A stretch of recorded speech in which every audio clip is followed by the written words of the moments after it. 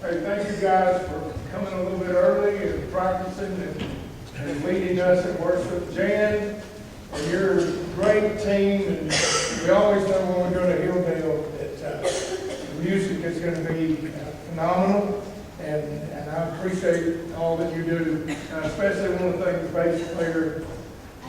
Thank the Lord for the bass player. I'm a bass player, so I love the bass guitar. I'm going to have these on for about 2 seconds, and I'm going to take them off so I can see my Bible. And I can see you now, but if you want to go to sleep, this is your service. You're going to sleep, because I won't be able to see you after I take these glasses off. Some people have asked about what has happened to my hands, and then I looked, and Ron, as you know, is dealing with his issues, and we have been doing ultimate match fighting for a lot of money. And so we've raised about $10,000 to get beat up. And but I'm put a challenge out to the other pastors to get in the cage for Jesus. It's amazing to me how you come to a service like this and how the songs have just moved in a beautiful journey, just a chapter after chapter, song after song, moving toward the message, how the prayer, everything that is said within the prayers, and even what we're doing and what Ron has shared about the Love Lady Center, everything has pointed toward Jesus, and in the final process of being able to present a message to you tonight from Ezekiel chapter 37, shall these bones live? It's a message of hope. And that is exactly what we started out with tonight. We started out and move through songs that you were able to sing about Jesus, or you were able to sing to Jesus, and talking about how, and giving a great declaration that He is our source of hope. He is it. When you, as a minister, you especially run into so many people that just feel like they have no hope. We have churches today, families today, nations today that even feel like that they have no hope, and that things are just washed up in their life. They've tried everything. We deal with people that rise above things only to fall right back. Rise above things only to fall back, right back. The enemy is very tough. He is very difficult to handle. And he cannot be matched.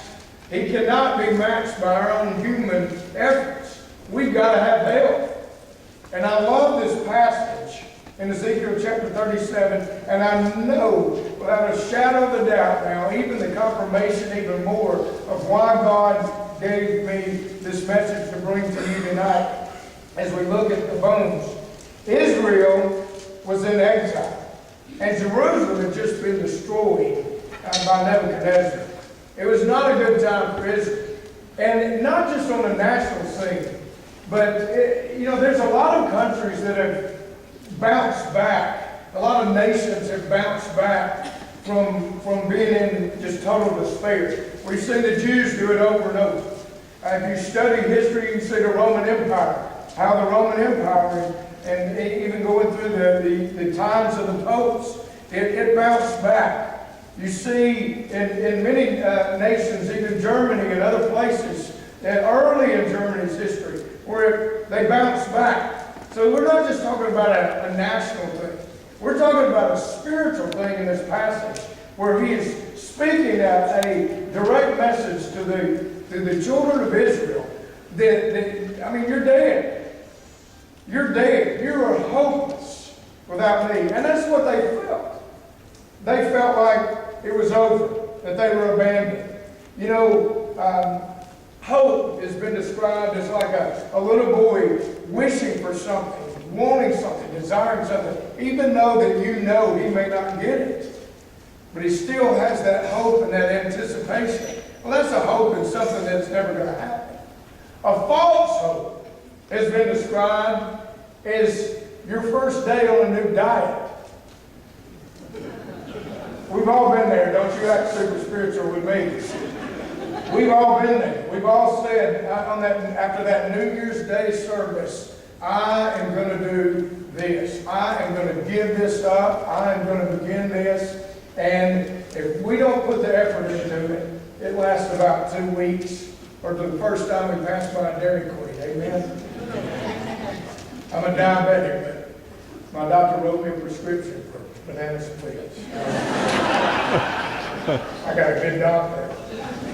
He never went to school, but he's got great advice.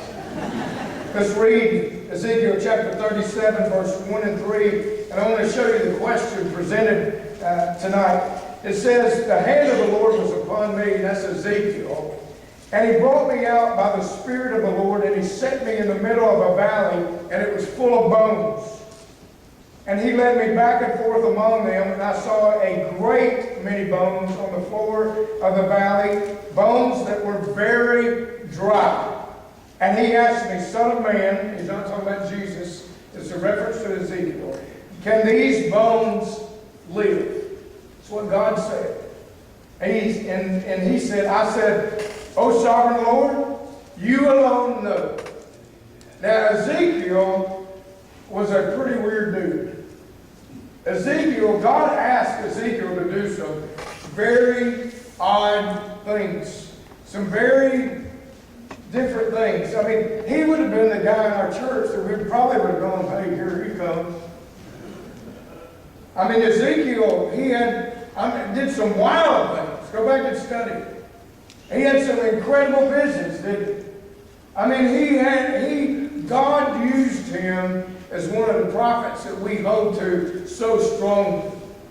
Ezekiel has always been someone that has challenged me so much, because as a teenager, I remember a pastor preaching that wonderful passage where it says that if you don't warn the wicked man of his wicked ways, and he dies, then his blood I will require at your hand. That challenged me to win people to Jesus Christ. Ezekiel said that if you, through the power of God, if you don't warn people about their sins, if you don't share the gospel, then their blood will be required in your hands. But if you do warn them, and they refuse to repent, then you have taken that burden off of yourself. You've done what you were to do. That has always stood out in my mind. That has always been a motivation for me. Not that I just don't want to get in trouble with God, but God's very serious about people's lives. And He uses a great group of people to do that, ordinary people. He called 12 ordinary men to be able to be used to carry that message. And He brings a message to people the way you and I are to take a message. We're carrying a message to people who have no hope. They literally have no hope. Many of them realize they have no hope. And there are even people here, and you're a believer, and you feel like, I'm going through a hopeless situation. There are churches that feel like, well, we're just dead. We're just dry bones. Here's the question presented. Bones, these bones, have baked for a long time. That's very important in the way that God shared this. Because there is nothing in the human realm that could solve this problem. Dr. Phil could not solve this problem. All right? Let me tell you, Dr. Phil can't solve any problem that Jesus can't handle. I'll tell you that. But Dr. Phil couldn't handle this problem. Dr. Oz couldn't handle this problem. Nobody could handle this problem. These bones have been there for a long time. And I carry you to the point of a visual where you can see it. I want you to look at what you would imagine this would look like. These bones now are bleached by the sun. They're in this valley. Now, whether you interpret that to be God literally carried him somewhere, which he could have, or you see it as a vision, which I believe as you look and you study all of the people that know a lot more than I do that talk about this passage, believe that it's totally within the vision. But it doesn't matter. God wants to give him a message. And God can do this in the literal sense. But he carries them to this place where these bones are dry and they're separated. They're totally separated. They're not together. It's not like skeleton here, skeleton here, skeleton here. They're broken apart. And so, it's hard to know, is this Ned's or Ed's or is this, Susie's or Mary's? I mean, we don't know whose bones these are. We don't know what their condition or how they died, perhaps. It seems to be that it's within a battle that they died. That seems to be the context. Maybe they were lost in the desert for lack of food. Maybe they've been defeated. But this is a useless valley. I mean, it's not where we would take the kids on vacation. We would avoid this place. We would be writing our congressman and get it cleaned up. There was no burial. There was no dignity. They died and they perished with nobody to help them. Scott O'Grady, I remember in the Bosnian War, was a pilot of an F-16. And Scott O'Grady, when he got shot down, parachuted, and it's a very fascinating story to read what he did. Scott O'Grady, as this pilot, had learned his survival skills and just to be able to survive. But even he thought, if I don't get help soon, I could die out here and nobody would even know that I'm out here. Here's the situation. God asked this question. Can these bones live? Is there any hope? And I want to tell you, he still asked that question to the church. He still asked that to pastors. He still asks that to individuals. He asks that to those of us who ought to be observing people that are hopeless. We ought to be seeking the valleys of dry bones. And he would say, can that person change? Is there any hope in their life? I want to be honest with you, not super spiritual for a moment. There are times, if your pastors are honest with you, there are times that we go through situations where we see somebody so hopeless, and they get their neck above the water and they're down again, and then they fight against help. That even in our mind, if they're honest, in our mind there are people that we think there's no hope. They're not ever going to submit to what God wants them to do. But I'm going to tell you, that is wrong. God can help anybody. Those same pastors, if they stood at this pulpit, could be able to tell you, there are people that in the natural it would look like there is no way they would ever change. It would be like a Saul experience. There's no way Saul is going to ever become someone who is going to preach the gospel and be the greatest apostle that has ever lived. No one like Saul is ever going to change. He's always going to be the big bad booger of the area and killing people. Can these bones live? Can your husband change? Can your wife change? Can they be saved? Is there hope for your wayward son? Is there hope for your wayward daughter? Is there hope for an uncle? Is there hope for a relative in prison? Is there a hope even with people who are suffering with cancer? Is there a hope?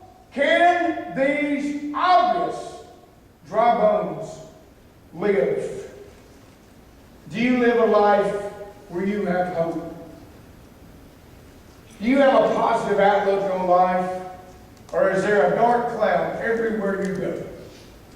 It's odd really to be around people that claim to have a relationship with Jesus Christ and that they love Christ and that He is the one that said, I came that you may have life and have it more abundantly, and they live the way that they live. They live as if there's no hope. They throw a pity party all the time. They want people to join them in their pity party, and they want to pull them down in their pity party. There's a time to grieve, there's a time to mourn, there's a time to be concerned about things. But far more, God is saying, look, I want you to be able to overcome the things in life. I see in you a glimmer of hope. I can do things that you can't do, that doctors can't do, that a self-help program can't do, that at this many steps, 5-step, 3-step, 12-step, 15-step, 112-step, cannot do. You need me. And so what He's calling us to do is He's calling you and I to observe those bones in a different way. He is calling us to see this community. He's calling us to see our state. He's calling us to see our world and to want to be able to reach out to anybody and everybody who needs hope. Because the bones they weren't even crying out for hope. He had to take Ezekiel there and show him. You and I need to be praying that God would lead us in the direction to be able to minister to people. Can they live? Dry bones symbolize our helpless condition. Churches even can be like a dry bone. There are churches that are huge churches in our country, but yet the work of theology, the work of doctrine, the work of the true ministry of that church is not about reaching people. It's about opening those doors and say, you come and fill up our sanctuaries. That's a great thing because God told us to go out and compel them to come, not just open the doors and say, hey, we're open if y'all want to come in. The bones aren't going to do that. You can put a sign out front of your church and say, revival. You could even say, Holy Spirit revival, celebrated revival. We're having this big revival with Brother John Doe. And a lost person is not going to drive by there and say, man, I am going to hear John Doe. Very few situations. It happens. but very few situations. We have to go, and God has to show us the dry bones. Churches are either dead, or dying, or growing, and alive. And I pray to God that this one church, this body of believers, that we would be known that we're doing everything that we can to reach them bones. Let's look at verse 4 and 6. The proclamation given, not only the question presented, but the proclamation given. Verse 4 through 6. Then he said to me, I want you to speak. I want you to prophesy to these bones, and I want you to say to them. He uses you. Dry bones, hear the word of the Lord. He didn't say, hear me. He said, hear what God has to say. And it's everything that we sing about and pray about. This is what the sovereign Lord says to these bones. I will make breath enter you, and you will come to life. I will attach tendons to you, and make flesh come upon you, and cover you with skin, and I will put my breath in you, and you will come to life. Then you will know that I am the Lord. That should be the desire of our heart, that people would know that He is God. That He is God. I preached this morning about deception and discernment, and how we need to have discernment in order to be able to see deception.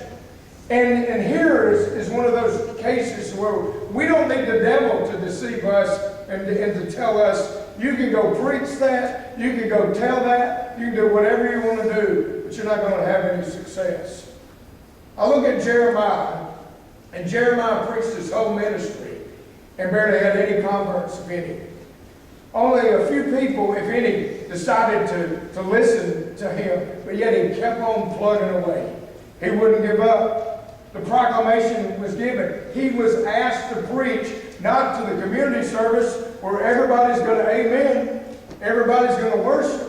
And we pray that there are visitors and guests here tonight, but we know without a shadow of a doubt that there are a lot of people here tonight. We're church folk. You know, when you come on Sunday night and Wednesday night, you give it just a little bit more if you're able to. You know, we're church folk. We'll amen stuff. That isn't who He said to go preach to. He didn't say go preach to the ones who are in captivity, that are still worshiping and loving me and wanting to get out. He said, no, I want you to go to these dry bones. Now, I preached to a dead audience before, I got to admit.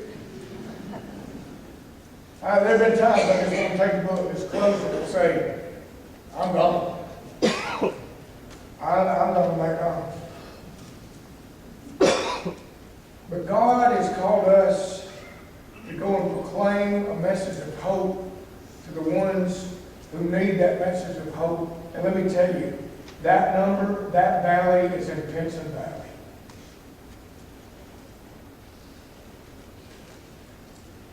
He could have resisted. He could have said, that doesn't make any sense because, you know, at Highland they're doing this, or at Saddleback Valley they're doing this, or this group is doing this, and it doesn't make sense what you're asking me to do. You know, this is what we've got to do. This is what works. I remember when Rick Warren first became famous in our world and in the Christian community. Nothing against Rick Warren. Rick Warren had a model that he used to reach people for Jesus Christ. One of the problems was in California. And I don't know if you noticed or not, Alabama is different than California. That's Hollywood out there. He's got a very problem. And so churches were trying to adopt, let's do Rick Warren stuff. Let's be a Saddleback church. And it didn't work for them. We see something that works over here. Well, let's grab that, let's steal that, let's do that. It may not work. Where are the churches going to the dry bones?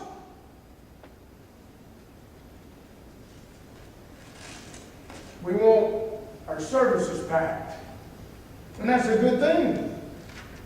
But I believe God is calling, and based on how God led you based on how God led you and the way that you spoke tonight, I believe that God is bringing a theme here, a message here, a challenge here, that it's got to start with you. It's got to start with us. That we have got to carry the message to the dry bones. Because this was a foolish request. And God may have your church doing something that on the surface seems absolutely foolish. And I don't mean to put your pastor on the donkey book for missions. That is not of God. God said, I will. He didn't say, Ezekiel, you're going to have to start doing so much. You're going to have to start pulling the bones together. Just try to identify them. I'll give you this big jigsaw puzzle of bones. If you put it together, then we're halfway there, bud. No, he said, let me tell you, if you go and proclaim that message, I'll do the change. And that's what he still does today. The same God, the Alpha and Omega, the beginning and the end, he still changes lives the same way today. It is not my preaching that causes people to come down the aisle and get saved. It is not my good looks. It is not the eloquence of a pastor. It is not the beauty of the sanctuary. It is not the way that we say it. If we just structure it like this, if we use faith or CWT or EE or whatever else is out there, if we just do it like this. I had a friend that lost his ring finger in a construction accident. He couldn't do faith. He did 5. He couldn't win people to Jesus. He joked about that. He said, I couldn't win nobody to Jesus because I don't have a ring finger. If I take faith, I'm going to have to give me another finger. It's not the program. Let us not forget. It is holy, holy, holy, God Almighty that still changes lives. I can't do anything for you, but God can. Let me tell you, if you're here tonight and you feel hopeless, or you've got someone in your family, or in your church, or your church feels hopeless, God said, let me change this. Let me put the tendons back. Let me breathe back into that sanctuary, or that temple of the body. Let's look at verse 7 and 8. Verse 7 and 8, the results of obedience. You and I have to be obedient.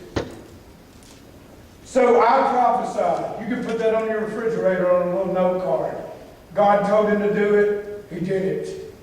As I was commanded. That's where we're missing a lot today. And as I was prophesying, there was a noise, a rattling sound. In fact, the translation there in the Hebrew and Greek is, in the Greek, it would go to seismos. It means that there was a shaking. He said, and the bones came together, bone to bone. Now those bones found each other. Hip bone connected to the thumb. I don't know if God was singing that or he was either, but I know it happened. All of these bones began. Each individual got his bones back. And then it says, and the bones came together, bone to bone. And I looked, and tendons started going all over those bones. And then flesh appeared on them. And then skin covered them. Notice it was progression. There's a lot that God doesn't do instantaneously. He can, but here was a series of order that God chose to use in this specific circumstance so that Ezekiel could watch it happen. But there was no breath in them. That's a big problem. The results of obedience. He saw and he heard the changes that were being made. I said this morning. I believe that you can see when people are progressing in their spiritual life. I believe it's a noticeable difference. I believe it's a noticeable change. I believe when you get redeemed that there should be a noticeable change. That you don't become religious, but that you have a relationship and that you're a baby believer, but then you begin to grow. You're a little shoot. And then you begin to grow into a tender plant, and before long, God has you as a tree. I believe it is a beautiful picture there that he saw and he heard the changes that God was doing. Notice he didn't do anything. He didn't even touch them. He just watched. He had done exactly what God wanted him to do, and that was proclaim. I've had my own disbelief and amazement, as I told you, over friends that had been saved. But even this wasn't the final change, because they had no breath in them. Just inviting people to church doesn't cut it.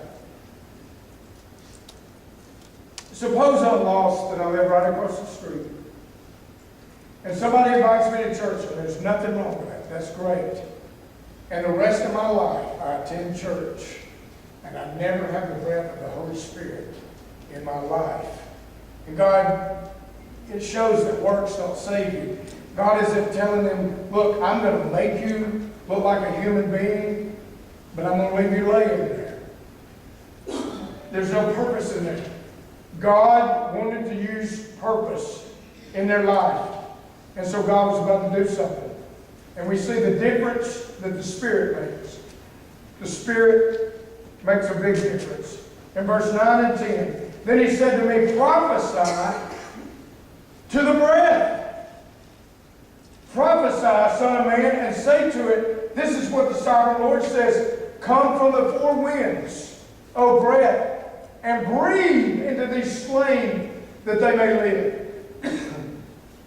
So I prophesied as he commanded, and breath entered them.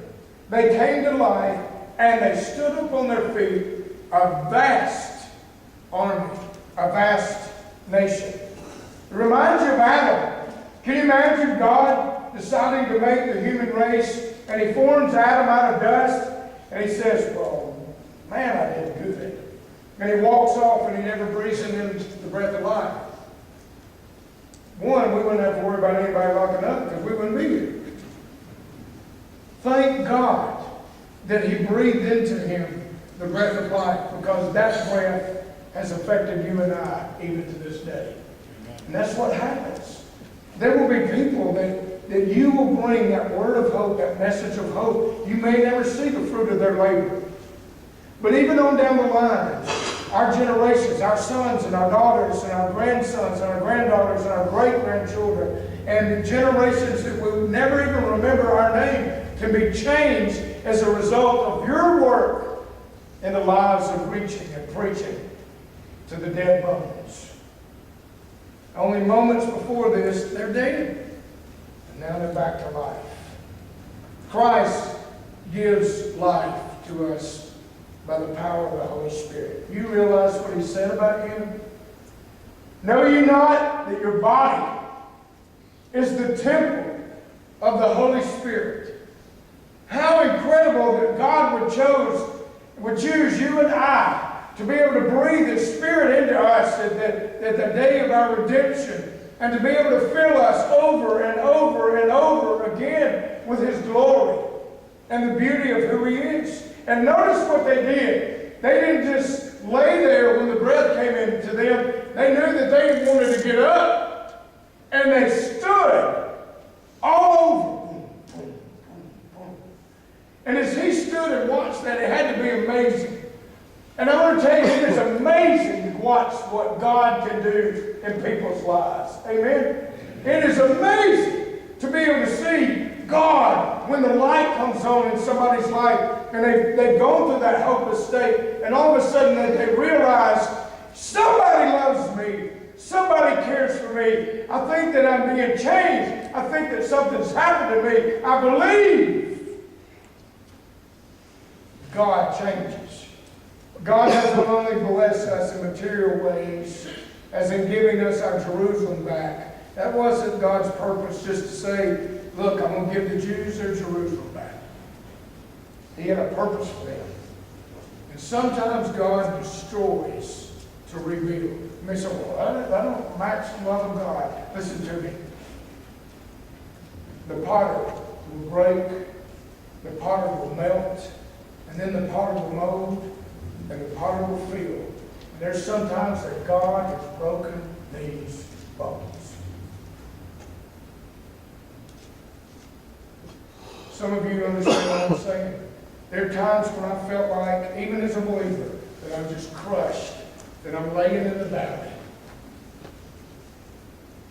And God restores and rebuilds. Times think I'm not going to read a passage that I was going to read. I'm going to close with this last point. Verse 11 through 14. The Lord is the source of hope, and He is. We looked at the question presented and the proclamation given and the results of being obedient. For you and I to be obedient. Even when God asks us to do weird things or stuff that we don't want to do. You know He'll do that because it's nevertheless not my will but thine be done. Jesus even showed us that He wanted to be submissive to the Father. He wanted to make sure that He was within the Father's will, even to the death of the cross. Verses 11 through 14. Then He said to me, Son of man, these bones are the whole house of Israel. This is my children. They say, our bones are dried up. Our hope is gone. We've been cut off. Therefore prophesy and say to them, this is what the sovereign Lord says. O my people, I'm going to open up your graves. I'm going to bring you up from them. I will bring you back to the land of Israel. Then you, my people, will know that I am the Lord. When I open your graves and bring you up from them, I will put my spirit in you, and you will live. That is the holiness within them, not just living with a heart pumping and a mind. And He said, I will settle you. Notice that word, settle.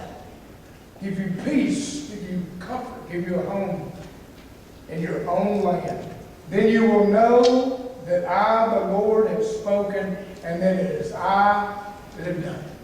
How many of you have ever had something in your life take place in your life, and you can only explain it saying it was God? Raise your hand. Amen in this house. If you're saved, even if you're saved, that is the first aspect of saying it was only God. God said, I'm going to bring you out of your grave, and I'm going to fill you with my Spirit. You're here tonight. You walked in this place, and you had no idea what God would do in the theme of the songs and in the theme of the prayer and the begging of the prayer and for the hope and in the testimony of the offering that we would help ladies who feel like they have no hope, that nobody loves them. And then you approach the message and open the Word of God and you read something that happened a long, long time ago. And you see that Ezekiel was a strange guy. But it was because God told him to do strange things. God wanted him to do something for Israel. He wanted him to tell them, Israel, I love you. I'm not going to give up on you. I am going to grant you hope. If you're here tonight, you feel like you don't have hope, I want you to come down during the invitation. The pastors are going to be standing here. I want you to go up to one of them. I'm hot and sweaty. You may want to go to another one. But I want you to come down. I want you to look that pastor in the face.